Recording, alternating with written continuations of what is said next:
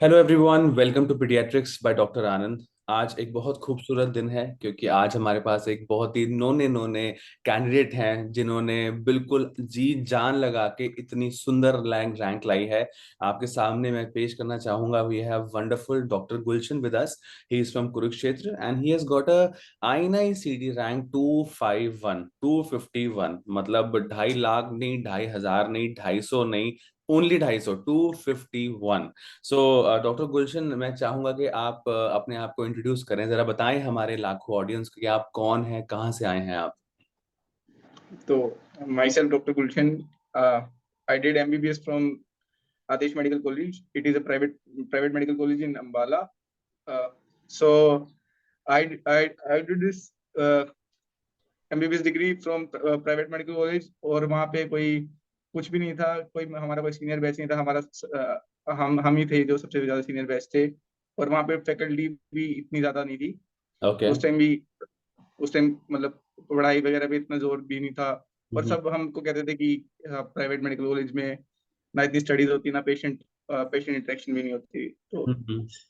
Okay okay okay, I can understand. Truly होता है, जब हम मेडिकल प्राइवेट से हम करते हैं, तो मैंने भी अपनी MBBS और MD प्राइवेट से करी है। तो मुझे पता है कि एक एक वो रहता है कि तुम्हारे बस की तो है नहीं, या तुमसे तो होगा नहीं, या फिर कुछ पढ़ाते तो है नहीं, कुछ होता तो है नहीं। ये चार पांच सवाल तो ऐसे ही घूमते रहते हैं। तो फिर आपने अपनी पहचान कैसे बनाई, और ये इतनी तगड़ी रैंक 251 कहाँ से आ गई, ये कैसे, कहाँ से, कुछ बताओ हमें हिडन सीक्रेट। सर, मेरे पहले से जो जहाँ जब मैं 12th में कोचिंग करता था तो मेरे दोस्तों ने पहले से ही, मतलब कुछ दोस्त थे जो सरकारी मेडिकल कॉलेज में थे, मतलब गवर्नमेंट मेडिकल कॉलेज में थे। तो उनमें से एक का नाम था समीन शर्मा। वो मौलाना आजाद मेडिकल कॉलेज में था। और वो मेरे को मिला था जब हम एम्स में गए थे, हम पल्स में घूमने। हम राइट। तो बस घूमने गए थे और वो वो वहाँ पे जीतने गए हुए थे कुछ ना कुछ। अच्छा। कोई क्विज जीत रहा था, हाँ कोई हाँ। तो फिर उसने मेरे को मोटिवेट किया कि थोड़ा बहुत, कि कुछ नहीं होता, अब हम्म से एक नया स्टार्ट लेते हैं। हम्म हम्म और और और ऊपर और मेरे भाई ने भी मेरे को बहुत मोटिवेट किया। हम्म तो he is doing PhD from NIT Jalandhar and he has great hopes for me. और उसने ही मेरी कोचिंग फीस पे की और ये सब मेरे को अप्लायंसेस दे, हम्म। रिसोर्सेज दिए पढ़ने को। मतलब किसने कहा कि तू पढ़ाई पे ध्यान दे तो कर लेगा। हाँ, कहीं ना कहीं उन्होंने आप में वो देखा होगा कि तुम में वो बात है, तभी ये पेरेंट्स ने, भाई ने और तुम्हारे फ्रेंड्स ने तुम पे इतना विश्वास किया। तो मुझे ये बताओ कि वो फीलिंग क्या थी, मतलब जब रैंक आया, ये रिजल्ट आया, तो क्या हुआ, कितने बजे आया, किसने देखा, किसको बताया, थोड़ा बताएं इस बारे में। सर, ये तो पहले ही पता था कि 13th मई को रिजल्ट आएगा। हाँ हाँ। क्योंकि वो पहले पहले से ही INICT वाले पहले ही बता देते हैं कि 13th, मतलब इसको डेट को रिजल्ट अनाउंस होंगे। तो हम्म। वो दिन मेरे भाई का बर्थडे था। और मैंने उसको बुलाया हुआ था स्पेशल कि आना, मैं आपको बर्थडे गिफ्ट दूंगा। तो उसे पता नहीं था कि क्या गिफ्ट होने वाला है, तो मैंने किसी को बताया नहीं था कि तब रिजल्ट आने वाला है। बस मैंने उसको बुला लिया था कि आ जाओ भाई, तुम्हारा बर्थडे बनाएंगे। तो फिर मैं पूरे दिन एंजाइटी में ही था। और हम उसके लिए केक लेने गए हुए थे बाहर। हम्म और और तभी मेरे पास फोन आता है कोचिंग इंस्टीट्यूट का हम्म कि आपका रोल नंबर बता दीजिए, रिजल्ट आ गया है। क्योंकि हम पूरे दिन एंजाइटी में थे और 8 बजे तक रिजल्ट आया नहीं था। तो सिर्फ मतलब 8 से 8:30 के बीच में रिजल्ट आया था और हम बाहर केक लेने गए हुए थे। मैं तो था अब तो अगले दिन ही आएगा।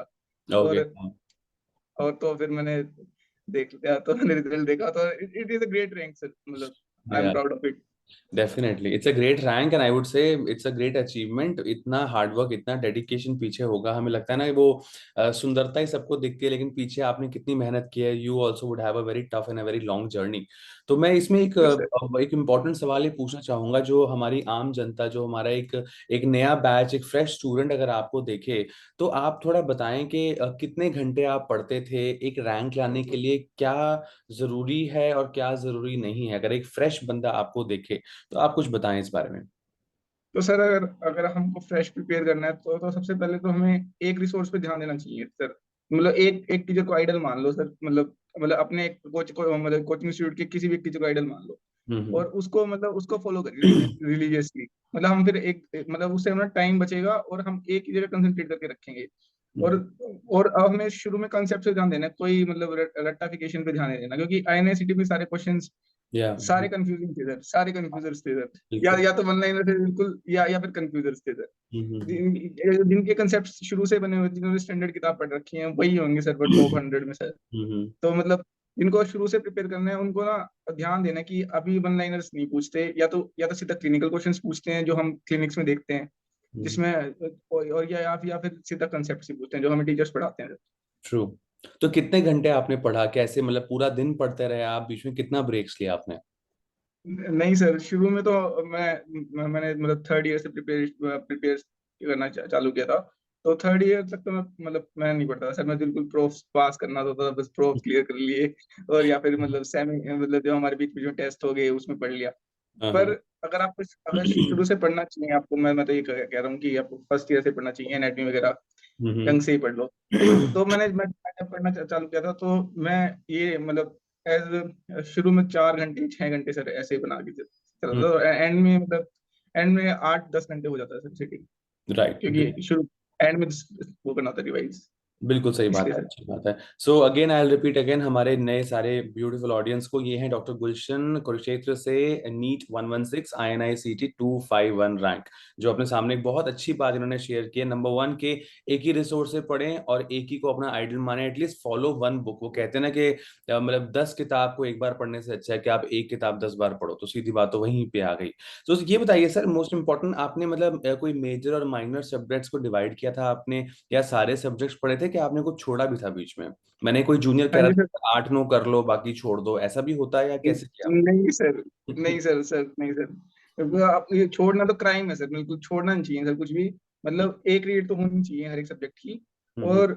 और सर मतलब इस INICT में मतलब ज्यादातर हमारे फर्स्ट सेकंड ईयर पे फोकस रहता है, तो मतलब हम मेडिसिन पे थोड़ा कुछ हम रिवाइज करना रह सकते हैं, पर पढ़ना तो चाहिए सर एक बार, क्योंकि उससे बिल्कुल, बहुत कंसेप्ट बनते राइट। एंड एक इम्पॉर्टेंट, एक जूनियर हमारा सवाल पूछ रहा था कि भाई ये प्रीवियस ईयर क्वेश्चंस और रैपिड रिवीजन का क्या रोल है?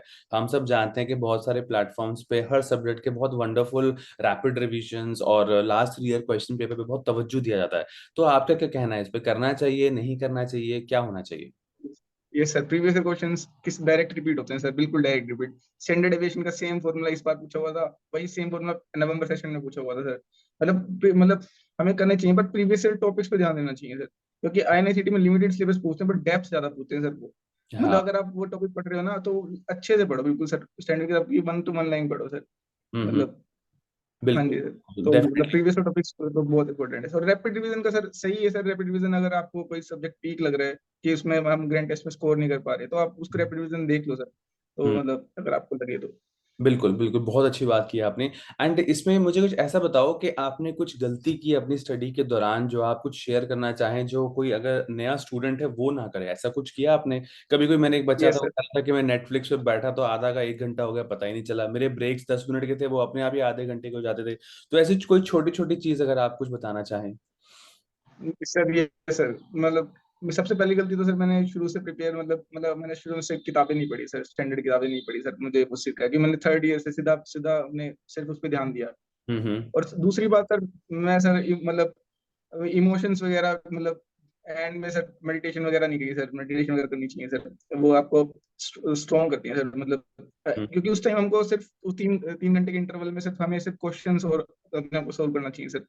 तो राइट। ये सर सबसे ज्यादा इंपॉर्टेंट है सर, बिल्कुल। और जो मैंने गलतियाँ की। बिल्कुल, तो मैं रिपीट करना चाहूंगा, डॉक्टर गुलशन ने बहुत अच्छी बातें की हैं। पहली बात तो ये कि रटो कम। जो हमारे सारे नए स्टूडेंट्स हैं, हम हमेशा कहते हैं कि avoid cramming and start understanding the concept. और सारे कंसेप्ट वाले क्वेश्चंस आते हैं। इवन अब जो INICT के बाद नीट के भी क्वेश्चन आ रहे हैं, कुछ ज्यादा ही टू द पॉइंट आ रहे हैं। एंड आज बार तो क्वेश्चन भी थोड़ा टफ था कि भाई A+B is correct, A+B+C is correct. तो बंदा वहां आते आते ही आधे बच्चे तो क्वेश्चन ही भूल गए थे रिकॉल में, और सब डर गए थे। तो एक यस इम्पोर्टेंट सर। चीज बताइए सर, ये प्रेशर को कैसे हैंडल किया जाए यार? मतलब एक वो है, कहते हैं ना कि 2 दिन 4 दिन यार 10 दिन तक तो पढ़ सकता हूँ, लेकिन 11वें दिन सेम चीज, वो भी सुबह से शाम तक। तो नेगेटिविटी को या प्रेशर को, या लोग कहते हैं तेरे बस की तो है नहीं, तू कहाँ से, प्राइवेट हॉस्पिटल से तुम हो, तुम कैसे कर लोगे, रैंक निकाल लोगे? तो ऐसी बातें आप बहुत सुनते होंगे, तो आप कैसे हैंडल करते थे फिर ये सब?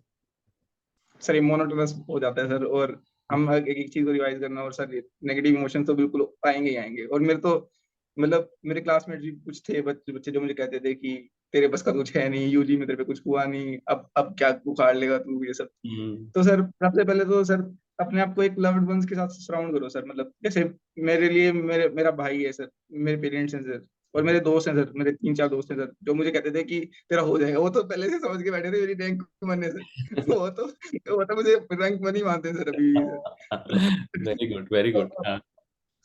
तो सर जब भी मेरा दूसरे लोगों से इनकाउंटर होता था, कि मतलब जो भी नेगेटिविटी फैलाते थे, मैं उनके पास बैठ जाता था, अपने दोस्तों के पास, और वो भी कहते थे तू पढ़ना भाई, तू यहाँ पे क्यों बैठा है, तू पढ़।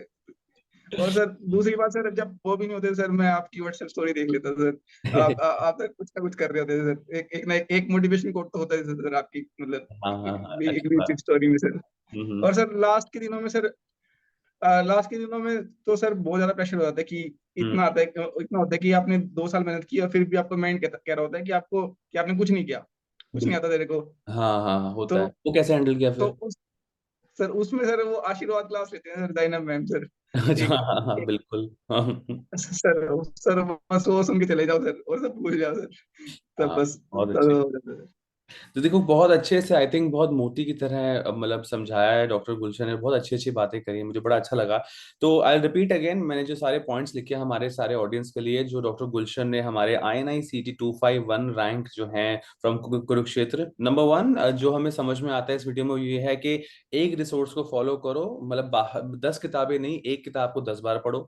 नंबर टू, कोई भी चीज को रटें कम और समझने की कोशिश ज्यादा करें। आजकल बहुत स्टूडेंट्स हैं, एक होता है फियर ऑफ मिसिंग आउट करके, ये भी पढ़ लो, वो भी पढ़ लो, ये भी पढ़ लो, और फिर सब भूल जाओ एंड में। तो हर बच्चा एंड में यही प्रॉब्लम फेस करता है। किसी भी सब्जेक्ट को ना छोड़ें। एक और मिथ यहाँ पे आता है कि 9-10 सब्जेक्ट कर जाओ, 3-4 तो छोड़ दो, कुछ भी नहीं छोड़ना चाहिए।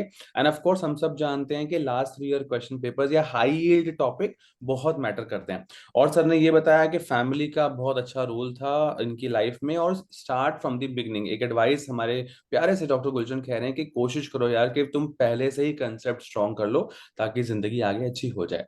तो यार ये बताओ गुलशन, के अब आगे क्या है? अब इतनी तगड़ी रैंक में तो तुम तो कुछ भी ले लोगे, तो क्या सोचा है? और आपकी आपकी रुचि क्या है, ये बताइए।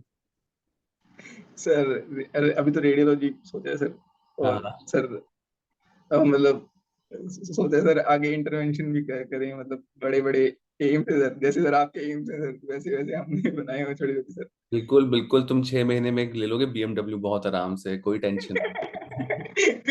Sir. So radiology is a very wonderful branch, और बहुत फ्यूचर भी बहुत प्यारा है, पैसा भी बहुत प्यारा है, सब कुछ बहुत प्यारा है वहाँ पे। तुमने मेहनत करी है तो डिजर्व तो करते ही हो आप, बिल्कुल। तो ठीक है, इस हम ब्यूटीफुल शो को अब खत्म करते हैं, और जाने से पहले कोई एक अच्छी सी एडवाइस गुलशन, आप हमारे आने वाले नेक्स्ट बैच, नेक्स्ट जनरेशन को कोई प्यारी सी एडवाइस आप देना चाहो तो। सर हमें ना ग्रैंड टेस्ट को इतना सीरियस नहीं लेना चाहिए सर, मतलब मैं दोनों दोनों दोनों पर्सपेक्टिव से बता देता हूँ सर। हम्म। जैसे मतलब मेरी अच्छी रैंक्स आती थी ग्रैंड टेस्ट में सर, मतलब टॉप 50, टॉप 10, टॉप 20 सर। तो हम ये सोच के नहीं जा सकते कि मतलब वो हमें वो रैंक में डिफाइन नहीं करती सर। हम्म। जैसे तुम मेरी रैंक 250 है सर। हम्म। जैसे अगर मतलब कोई कई बच्चे थे जो कभी 200 में या फिर 300 में होते थे, वो रैंक टॉप 50 में है सर। तो हम्म। मतलब हमें अभी भी, मैं सबको ये कहूंगा कि आप अगर ग्रैंड टेस्ट में अगर आपके कम कम स्कोर हो रहा है, या फिर मतलब, तो आप डिमोटिवेट नहीं होना, आप मतलब देर इज चांस कि आप बहुत अच्छा करेंगे। और बिल्कुल। अगर आप अच्छे कर रहे हैं, तो आप हवा में मत आना, आप अपने आप को इमोशन को कंट्रोल करके रखना, कि वहां पे सेम क्वेश्चंस रेसिप्रोकेट नहीं होते, क्योंकि सर हमने ग्रैंड टेस्ट में कभी इतने क्वेश्चन प्रैक्टिस नहीं किए थे, A+B, B+C, या, मतलब ग्रैंड टेस्ट में हमारे 3 या 4 क्वेश्चन होते थे सर, और ये हम्म। एम्स में तो सारे क्वेश्चन यही थे सर, A+B, B+C। ये बिल्कुल सर, बिल्कुल सारा सारा पैटर्न चेंज हो गया सर, एकदम मैं सर। बच्चों से रिकॉल पूछ रहा था, बच्चों को याद ही नहीं था। नियोनेटल रिससिटेशन में मेकोनियम स्ट्रेन बेबी आया, वो 4 ऑप्शन तो याद है, पर वो A+B, A+B+C, और chicken yes sir, pox, yes उसके सर। इंक्यूबेशन पीरियड पूछे मैंने तो सर दो याद है, लेकिन वो A+B, बस वहां आगे बच्चा क्वेश्चन ही भूल गया, मतलब सॉल्व सॉल्व करना तो बहुत आगे की बात है। तो मैंने कहा यस यार सर, ये यस कुछ सर, ज्यादा ही हाई फाई क्वेश्चन आ रहे हैं, और PSM के क्वेश्चन तो अनदर लेवल ही थे, वो तो PSM वालों ने भी नहीं सुने थे, तो ऐसे थे। बिल्कुल यस ऐसा सर। है। और इवन एक बहुत प्यारी बात डॉक्टर गुलशन ने बिल्कुल सही कही है। मैंने कल ही एक हमारी एक हैं doctor Sangeeta, 233, she got INI CET rank. उन्होंने भी यही बात बोली कि ग्रैंड टेस्ट दो, अच्छी बात है, देने चाहिए, पर उसके रैंक को देख के मतलब चक्कर चकरा मत जाओ कि बहुत ही अच्छा हो रहा है या बहुत ही खराब हो रहा है। क्वेश्चंस को रिव्यू करो, गलतियों को रिव्यू करो। आधे बच्चे बस ग्रांड टेस्ट देके हो गया खत्म यार, मैंने बहुत मेहनत कर ली, but where did I go wrong, कैसे गलत हो गया, वो उन क्वेश्चंस को रिव्यू करना बहुत जरूरी है। और इनडायरेक्टली क्वेश्चन में नहीं, वो टॉपिक को रिव्यू करना बहुत जरूरी है। ब्रेस्ट फीडिंग से हमेशा क्वेश्चन आता है, माइलस्टोन से हमेशा क्वेश्चन आता है, वैक्सीनेशन से हमेशा क्वेश्चन आता है। तो वही इर्द गिर्द घूमती है। तो ये सेम है, हमारे एक स्टूडेंट ने कही थी, जो बहुत अच्छी बात है। तो ठीक है डॉक्टर गुलशन, और कुछ कहना चाहेंगे आप? बड़ा अच्छा लगा आपसे बात करके। और ये आपकी दीवार का और वॉल सर भी सही है, तुम तो अब लग रहा है कहीं महल में रहते हो मेरे ख्याल से, अनदर लेवल। मम्मी का कमाल है सर बस। बिल्कुल बिल्कुल, अच्छी बात है। ठीक है, थैंक यू सो मच। और ये थे हमारे प्यारे से बहुत ही खूबसूरत डॉक्टर गुलशन, जो हैं कुरुक्षेत्र स्टेट महादेश मेडिकल कॉलेज अम्बाला, जिन्होंने अपनी बहुत अच्छे तरीके से, खूबसूरती से अपने व्यूज को शेयर किया है। और आई थिंक आगे वाली आने वाली हमारी बैच और जनरेशन को डेफिनेटली बहुत ही अफेक्टिव होगा ये। तो thank you doctor Gulshan, thank you so much. Thank you. Thank you, thank you.